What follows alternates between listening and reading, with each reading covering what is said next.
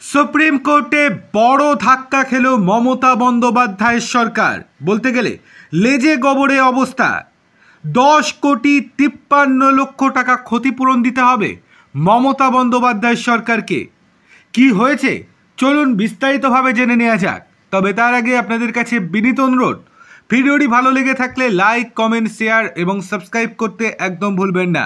চলে আসি মূল খবরে। রাজ্য সরকার এবং পুরসভার মধ্যে দীর্ঘ লড়াইয়ের শেষমেশ জয় পেল সাঁইথিয়া পুরসভা। রাজ্যকে ক্ষতিপূরণ দিতে হবে 10,53,00,000 টাকা।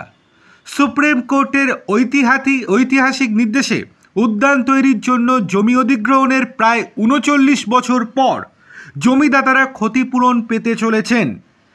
যে সময় জমি অধিগ্রহণ করা হয়েছিল সেই সময় তা করা হয়েছিল প্রায় 83 লক্ষ টাকা দিয়ে।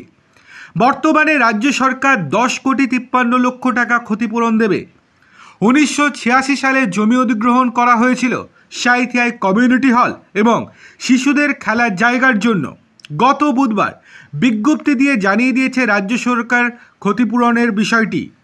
এই উদ্যান তৈরির জন্য সাংসদ তহবিল থেকে টাকা দিয়েছিলেন প্রাক্তন রাষ্ট্রপতি প্রণব মুখোপাধ্যায়। সাঁইথিয়া পুরসভার আইনজীবী আশিস চৌধুরী বলেন, এই মামলাটি দীর্ঘদিন কলকাতা হাইকোর্ট থেকে সুপ্রিম কোর্টে শুনানি হয়েছে। যখন জমিটি অধিগ্রহণ হয় সেই সময় পৌরসভা অধিগ্রহণ বাবদ যা ক্ষতিপূরণ সেটা দিয়ে দিয়েছিল।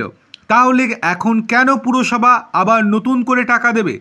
সুপ্রিম কোর্টে আমাদের বক্তব্য গ্রাহ্য হয়। শেষমেশ সুপ্রিম কোর্ট মমতা বন্দ্যোপাধ্যায়ের সরকারকে সম্পূর্ণ ক্ষতিপূরণ দিতে বলল। পুরসভার দাবি, এই কমিউনিটি হল হলো যাবতীয় কিছু একটা প্রেস্টিজের ব্যাপার। যদি এটা কোনোভাবে প্রাইভেট পার্টি অর্থাৎ জমির মালিকানাগণকে হস্তান্তর করতে হতো তাহলে স্থানীয়ভাবে সমস্যায় পড়তে হতো পুরসভাকে।